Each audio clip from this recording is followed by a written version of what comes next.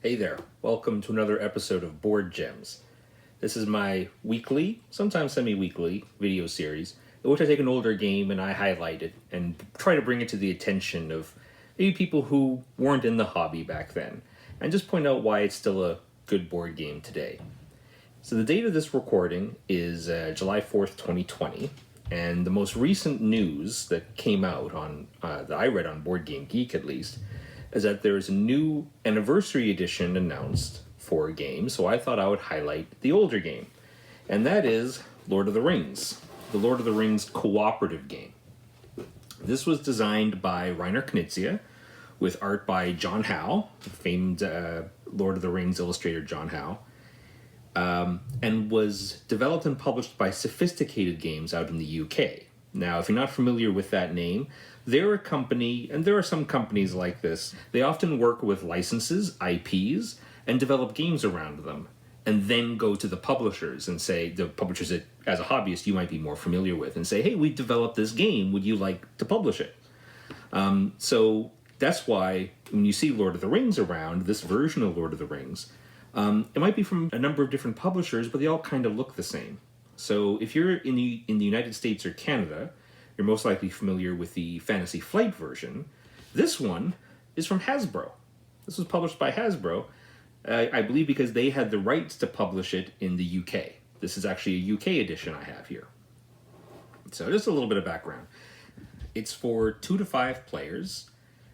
The box says ages 12 and up. Younger kids could play it as long as the adults are walking through it. Usually a 12 and up game is kind of considered to be a really complicated game. By today's standards, it's not that complicated, but it's pretty involved. It's also a bit of a longer game. So I think the box says probably about an hour.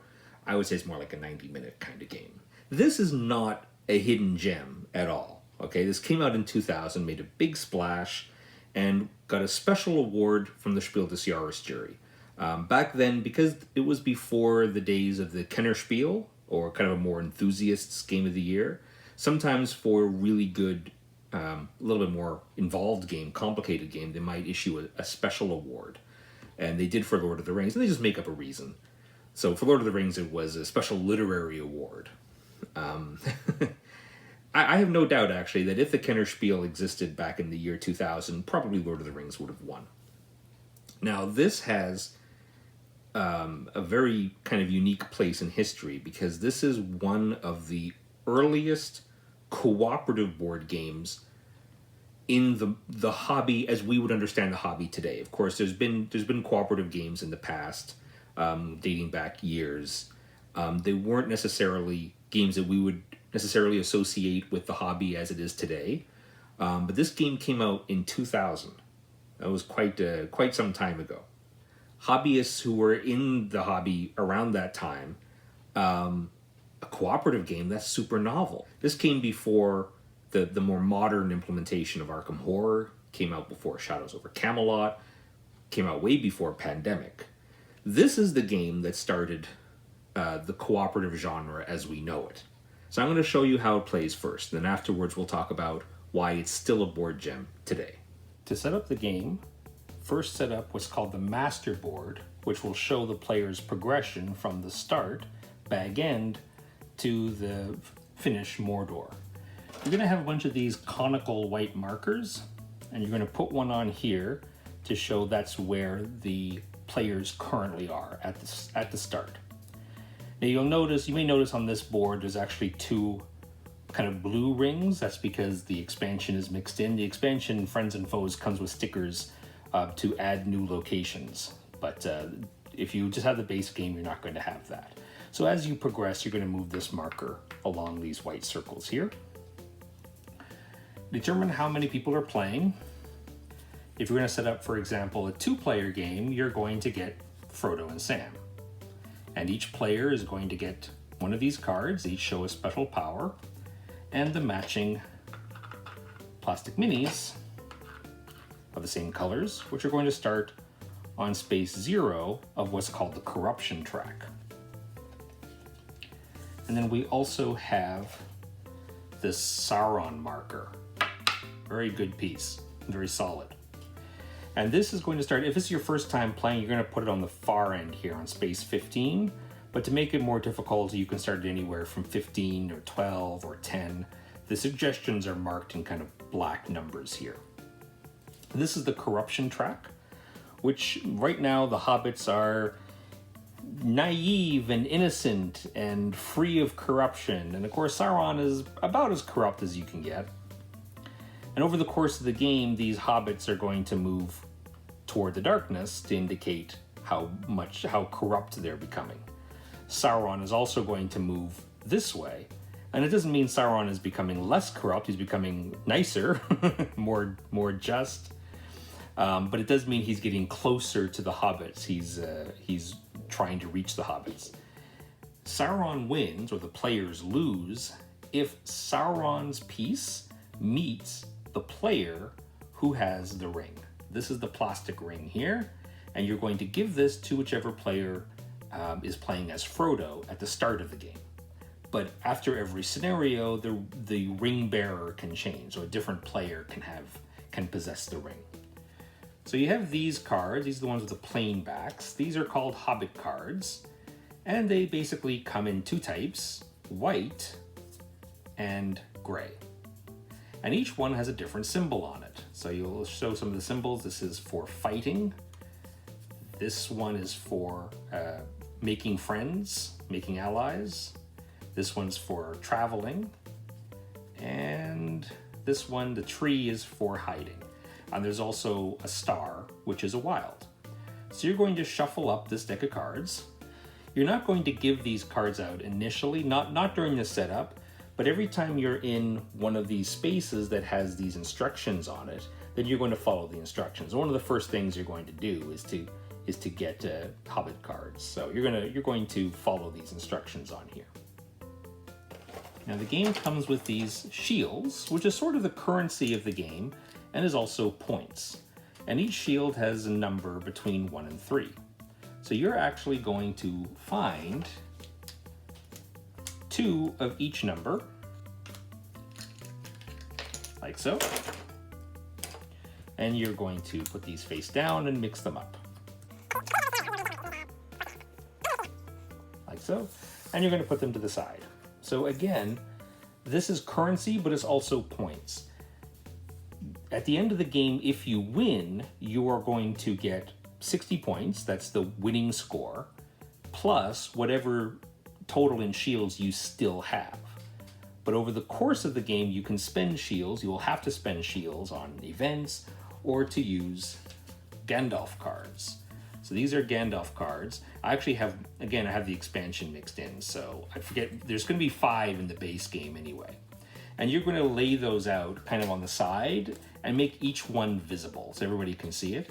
The Gandalf card has a little 5 in a shield, which means that's how many shields it costs in order to use Gandalf.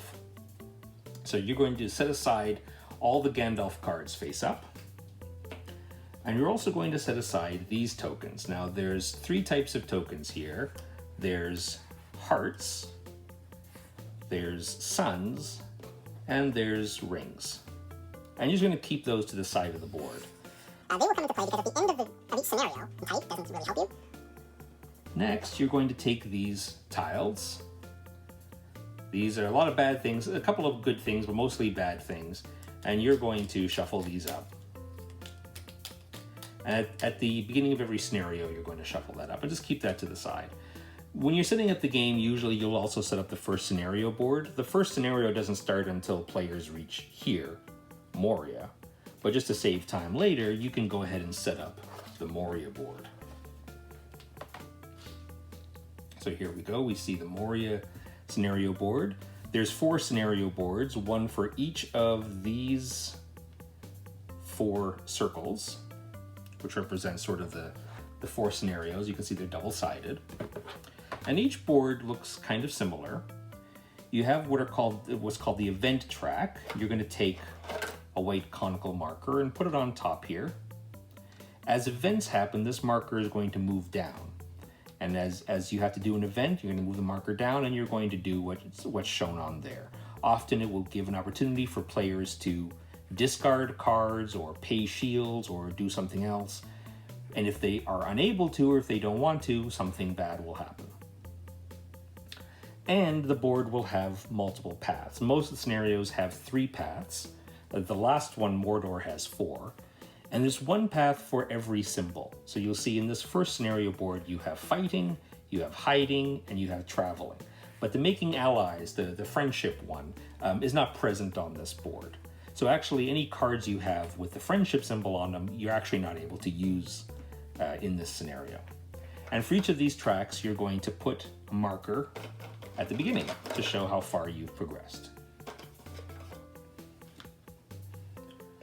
You'll see one of the paths is kind of curved. This is the main path, and it has numbers on it to show your score.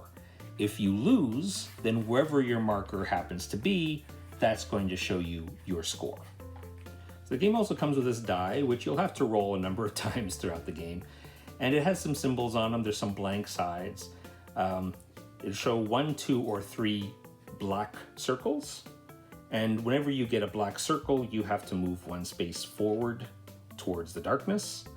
This one means you have to discard 2 cards. And this one means Sauron moves 1 space. That's the Sauron symbol.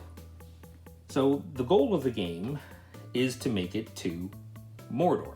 You're traveling from Bag End to Mordor. So this marker is going to go here as we progress. And each scenario board, it'll be Moria, Helm's Deep, Shelob's Lair, and Mordor, has this sort of scenario board attached to it, and it has a curved path which represents the main progression, the main path. The ultimate goal is you want to move this marker to here, and as soon as you're able to reach the end, you are able to progress this marker to the next space. At the beginning of the game, you're just going to follow these instructions, and then after you finish, you go here. Again, I'm skipping the expansion circle here. Then you're going to do these instructions, and then you're going to go here. And then you're going to try to go through Moria. Once you're able to get this marker to here, then you're in Lothlorien, and you get to do these actions. Then you go to Helm's Deep, and you put in a new scenario board. And that's how it's going to progress until you're in Mordor. When you're in Mordor, when you're finally able to get the marker to the end of the track, which will be space 60, then each players will have an opportunity to discard the ring into the volcano. The player who has the ring will be able to roll this die, and if they still survive at the end of rolling that die, then the players cumulatively win. And their score would be 60, which is the number on that space, the last space of the Mordor scenario board, plus whatever shields that players were able to collect over the course of the game. So after players have done these and they're in Moria, then the game proper starts. The scenario board is sort of the action. So there are some things that you want to do. Obviously, yes, you want to move this marker along this path to reach here, and when you do that, the scenario ends.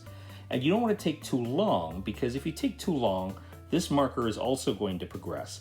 And occasionally some of these are good, or at least not bad, but especially the ones at the bottom, near the bottom, are extremely bad. So you want to leave Moria before those really, really bad ones happen, usually. As you progress on these paths, the player whose turn it is going to collect whatever's shown on the space. So in these spaces, players will get shields, and these spaces here allow you to get these tokens. And again, for each token of the 3 that a player doesn't have, they move 1 space on here. So if you're able to, you also want to get these tokens. And also, you'll see sometimes they have these little special symbols here. This one says book. This corresponds to these cards. So these look like Hobbit cards. They're technically not, but they're usually just considered to be extra powerful cards. And they have a location on them, which is where you get them. And every time you start a scenario, you're going to find the cards related to that.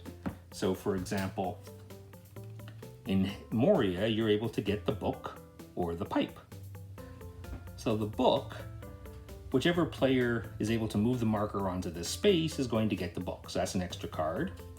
And the pipe, you'll see there's no space that has the pipe. In that case, you'll look at the events. And one of the events will tell you what happens if you're that based on the result, you may be able to get this card.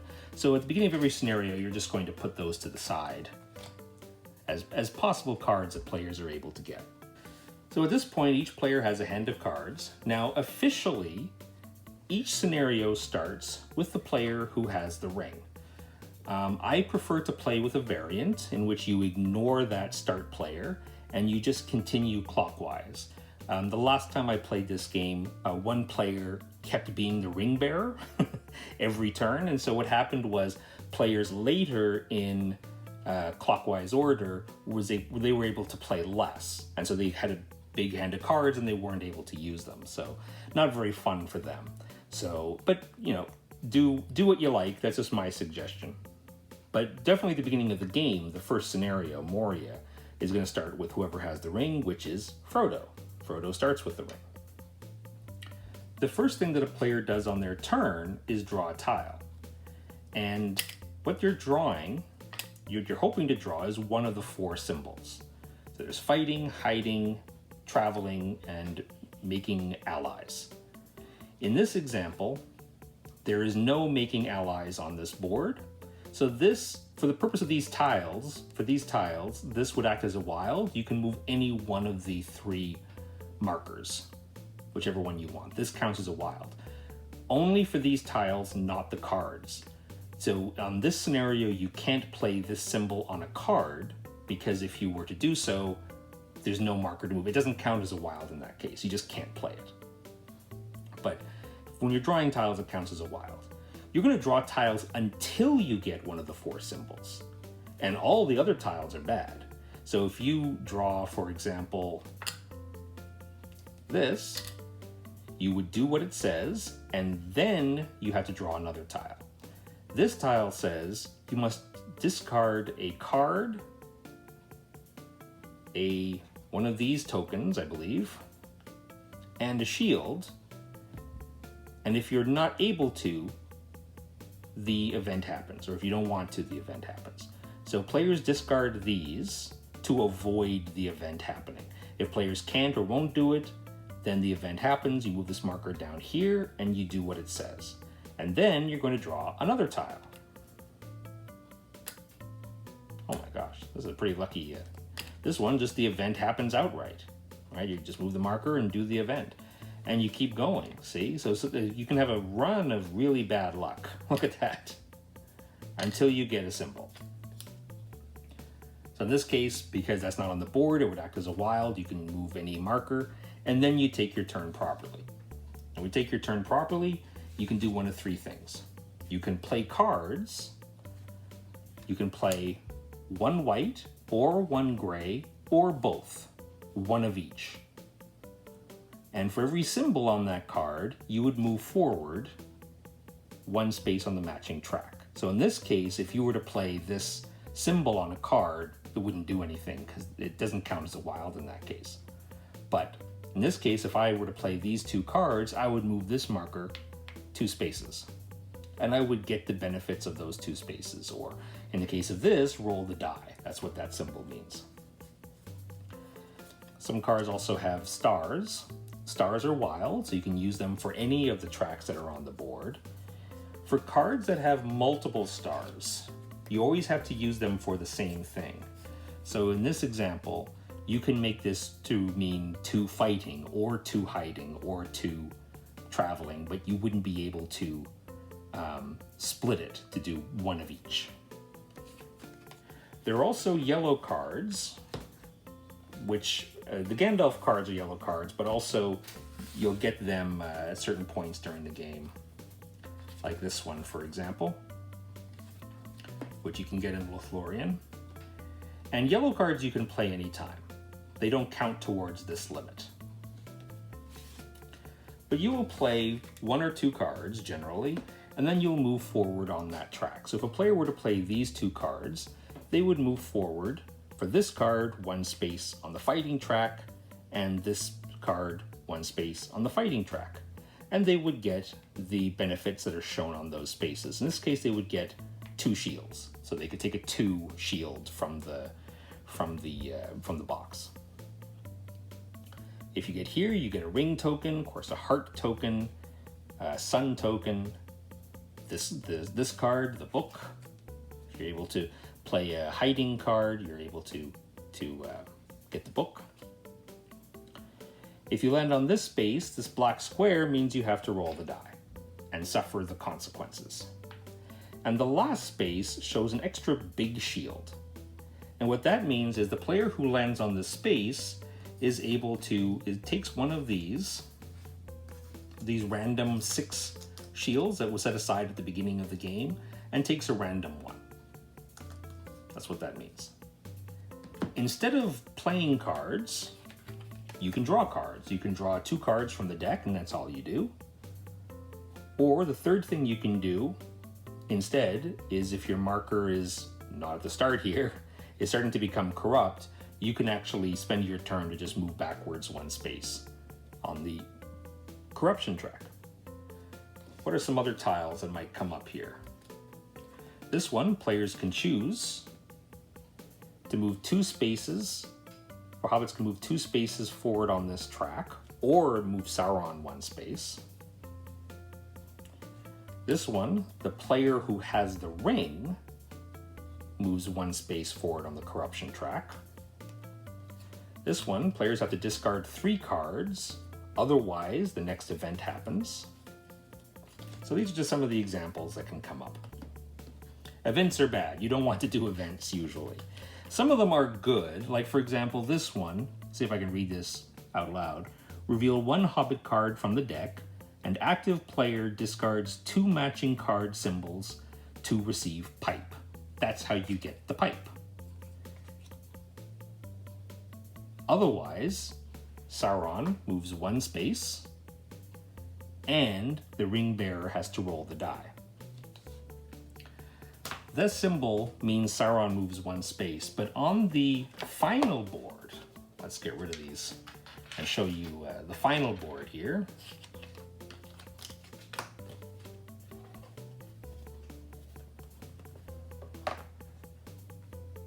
So you'll see in the final board, Mordor, there are actually all 4 spaces are present. Find new allies, there's a siege of Minas Tirith, march towards Mordor to distract Sauron, and this is the traveling. Right? Now you'll see the last event on this board is a giant eye symbol, and that means that you lose immediately. If this event happens, players lose immediately. Now, one option the player with the ring has, and you can do this anytime, so even after you reveal an event, you can do this, is the player who has the ring can choose to use it. So what happens is that the player will put the ring on, and we show this by putting it on there,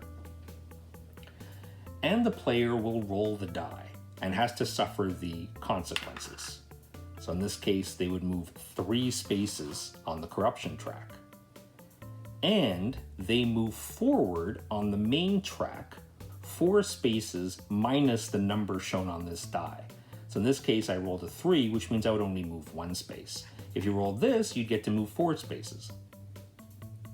And the important thing to keep in mind is that as you're moving on this track, you don't get the benefits that are shown on this. But it's a way you can kind of skip. For example, you can skip some really nasty parts in some places. And it's only a one-time use per scenario. And so the player who has the ring and uses it just leaves the ring on in that case, and to show that it's been used, this scenario. Now when you finish a scenario, what's going to happen is each player is going to check to see how many of these symbols they got. Players want to get, ideally, 1 of each. For each of these 3 symbols that a player doesn't have, they must move forward 1 space on the corruption track. So if they haven't collected any tokens, then they're going to move 3 spaces. And then the player with the most ring tokens is now the new ring bearer. They get the ring. If it's a tie, then it's the next player clockwise from the current ring bearer. So in the case of a tie, the current ring bearer never keeps the ring. they always pass it on. It's only if they have more rings than anyone else, then they get to keep the ring. So it kind of changes a little bit over the course of the game, and that can be a part of the strategy too, is, well, which player should have the ring? Especially late in the game, if one player is very far back on the track and the other players are very far ahead, and Sauron is very close, well, you would definitely want this player to have the ring if possible. Now, the last thing that happens is if you're able to make it to Mordor, so this marker reaches here, and again, you still do that action. So you roll the die, and then if the player is not eliminated, then we move the marker onto the volcano like so. And again, we get one shield, one of the remaining shields here that was set aside at the beginning of the game. And then, once again, the player has to roll the die. If the player rolls a die and has not been eliminated, then the players win. If the player is eliminated, so let's say Frodo had the ring and rolled the die and got this symbol, so Frodo reached here, Frodo has been eliminated. Well, in this case, the game is not lost. The other players will each have a chance. So then you go to the next player in clockwise order who's still in the game, and they have a chance, so they'll roll the die.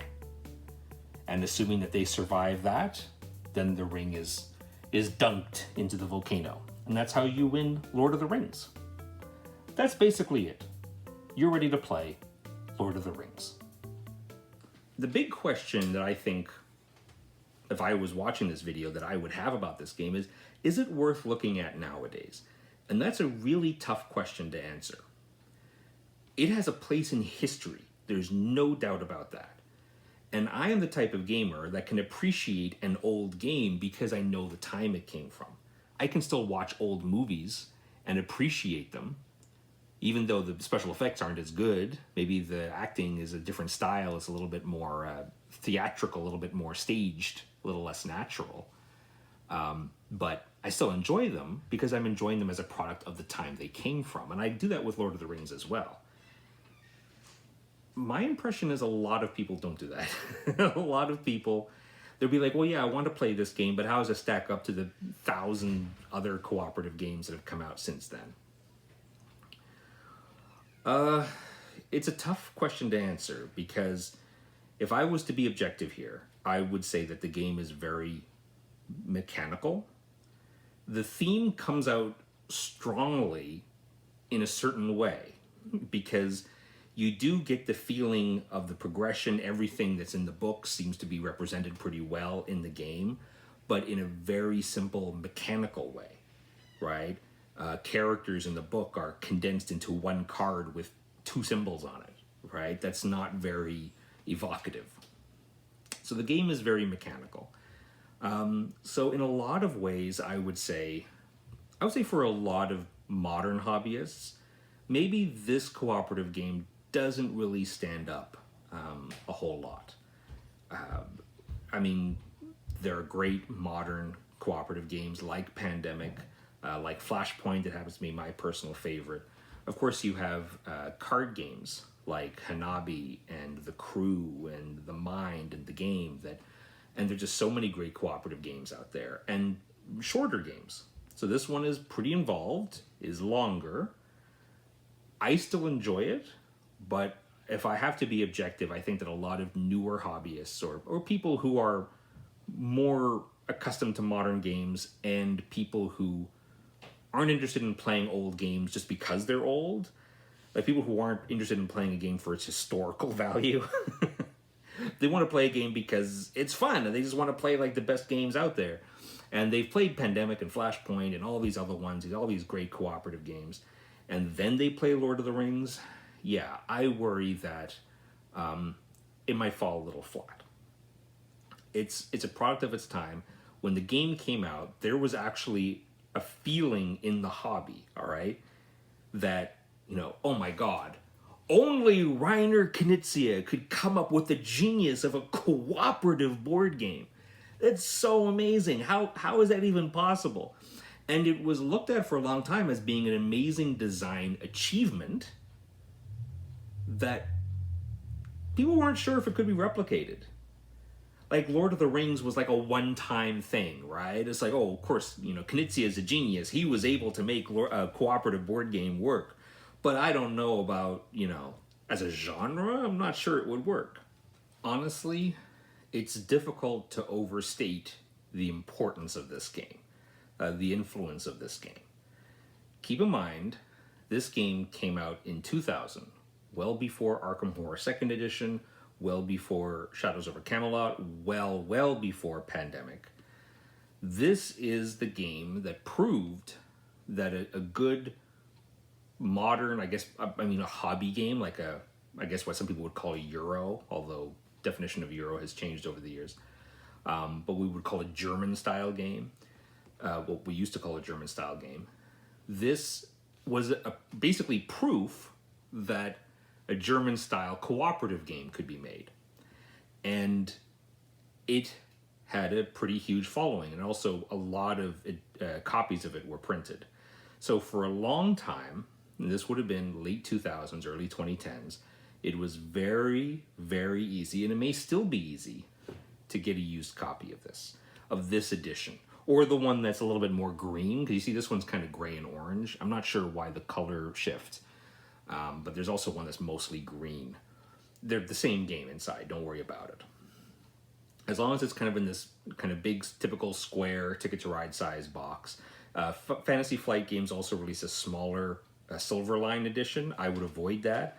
It's relatively inexpensive, but the thing is, it's incompatible with the expansions, and it's important to talk about the expansions with this game. This game came with 3 expansions. One called Friends and Foes, one called Sauron, and one called Battlefields.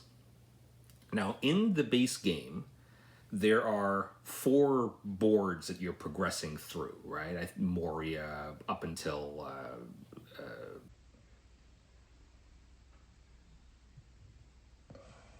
what's the place? Mordor. How could I forget Mordor? And they're numbered 1 to 6, except the boards are basically numbered 2, 4, 5, 6. Now, why is that? Because the first expansion, Friends and Foes, came with boards 1 and 3. And this game, the base game, was made with the expansion in mind. I'm not sure if it was originally a much bigger game and they decided to shorten it a bit and leave out and just take out some of the material and put it into an expansion. But the first expansion, Friends and Foes, really completes the game. And if you can get this version plus Friends and Foes, you're basically done. You don't have to go past that. You got a complete game right out of the box, and you can enjoy it as is. Sauron does a couple of things. One is that its main selling point is that it expands the game from 5 players to 6, with a 6th player taking the role of Sauron. So it becomes less of a cooperative game and more of kind of a one versus many game. I never played that way. Never really had the interest to play that. And so actually in my game, which I have the first 2 expansions in the base game box, I put most of the Sauron stuff underneath the insert, because I never play it personally. But the expansion also comes with some extra stuff, which is a nice to have. It comes with a really nice felt bag with the icon kind of embroidered on it. So just little things like that. It comes with a copy of what they call the Black Gate card, and was it the Watchful Eye? I forget what the other one's called. But it comes with a couple of extra bits and pieces that you can add to the base game or with Friends and Foes, and so it just kind of flushes it out a little bit more and basically just adds to the experience a little bit. I don't play with the Sauron stuff, but it also comes with some extra stuff, and I do like to put that in. Battlefields, now that's an interesting one. So that one came out much, much later than the base game. And I ended up getting my copy for really cheap, because the game store just down the street from here, just down the street from my home, was going out of business, and I picked it up for like $30 Canadian. And I just sat on it for like 10 years, not really doing anything with it. I opened it, but never played it. And it's going for crazy money now. So I actually just sold mine just a couple months ago. So it went for a lot of money now. And even though I'm somewhat of a completionist, I'm okay with not having battlefields. Some people swear by it, but one thing I will say is it does feel like something extra. It's something different that's added to it, but if it's not there, you wouldn't miss it. Does that make sense? Like Friends and Foes inserts itself very well into the base game. So it just fleshes out the base game. It's more of the same. And Sauron takes it in a different direction, and Battlefields takes it into a different direction. But you don't have to feel like those are necessary. I actually believe that usually the first expansion is the best and often the only one you need, because the first expansion is usually more of the same, right? Oh, you like the base game, do you? Well, here's more of it. And it's only with the second expansion onward that the designers have to think like, oh, well, what else can we do with this game? And then it starts going kind of, maybe not off the rails. I don't mean to say it in a negative way, but just they come up with new ideas, right? It takes the game in new directions, but sometimes it takes away from where the base game was kind of the target that the base game was aiming at, and it kind of just goes in a different direction. Great for people who love the game. But if you want to get into it, don't feel it's required. So Lord of the Rings plus Friends and Foes, that's definitely what you want if you can find it. And I would recommend you find the used edition. You can usually find it for pretty inexpensively. From what I've seen of the new anniversary edition they're making, I don't see much appeal to it. It has improvements over the Fantasy Flight Silverline edition, which was mostly cardboard, and it probably improved some of the iconography, which you might have seen in the How to Play video, is a little bit cartoonish. It's a product of its time. It's not bad. It certainly is clear, but it's not evocative. The new edition goes back to plastic miniatures, but they don't look any better than the ones in this one. They're different, but not better. So I'm not sure. I looked at it, and Anniversary Edition, I'm thinking, oh, they're going to have the expansions in there, or at least the first expansion, Friends and Foes. They're going to put it in the box. We have a big Anniversary Edition with all the content, right? Put that up on Kickstarter, that would go great.